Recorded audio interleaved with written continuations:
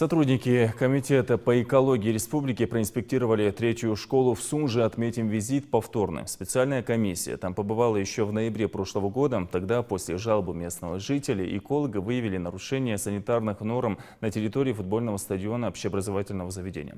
Виновных наказали, как говорится, рублем. Оказалась ли действенной такая мера пресечения, узнаем в материале Марии Мистоевой. Некий Кукурхоев, житель Сунжи, еще в ноябре прошлого года пожаловался в Комитет по экологии и природным ресурсам Ингушетии на санитарное состояние футбольного стадиона третьей школы. Найти самого заявителя, специально выехавшей на место комиссии из комитета, не удалось. Зато предмет жалобы искать долго не пришлось. Дома местных жителей тесно граничат с территорией школы. Из каждого двора есть выход на школьный стадион, где часто пасся домашний скот и птица. Помимо прочего, сюда же на поле сливались все отходы и даже канализационные стоки. Вторая проблема – старый сломанный забор школы, через который животные и пробирались на территорию, а посреди футбольного поля – большой незакрытый люк. Это что за вода? Канализация. Канализация, я это видел, знаешь, что это может там пожарный водоем. Вон пожарный водоем. Пожарный, да, реже. С этих дворовых, близлежащих дворовых территорий, вот два случая есть налицо. Значит, все нечистоты выходят сюда на стадион, загрязняя вот эту всю площадь. С момента того экологического рейда прошло 2 месяца. По отношению к местным жителям были вменены штрафы. А школе дано поручение исправить все погрешности двора. За этот промежуток времени вокруг футбольного поля появился новый забор. Пусть и выглядит он не очень, но зато проход для домашнего скота теперь закрыт. Все остальные нарекания тоже исправлены. Как видите, забор вокруг стадиона восстановлен. Значит, как говорится, наведен определенный порядок. Яма, которая находилась открытая, она закрыта.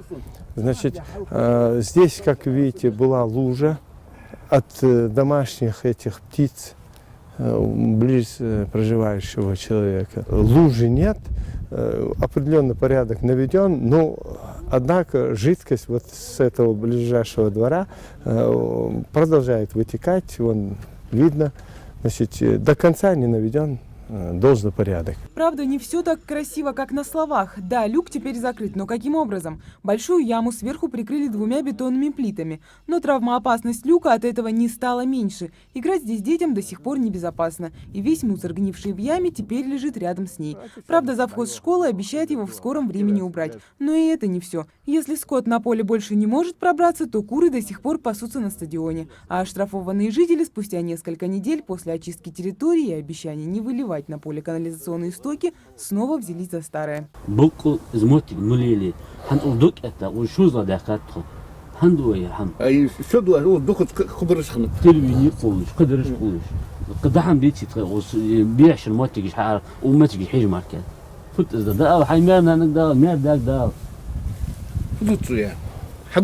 Штраф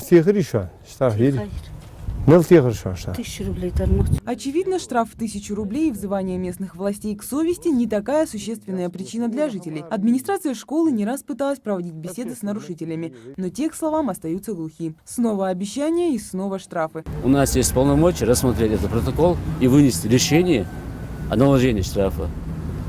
Никто не уйдет от ответственности. Но если она говорит, что прошлый штраф был 1000 рублей, очевидно, для них это ерунда.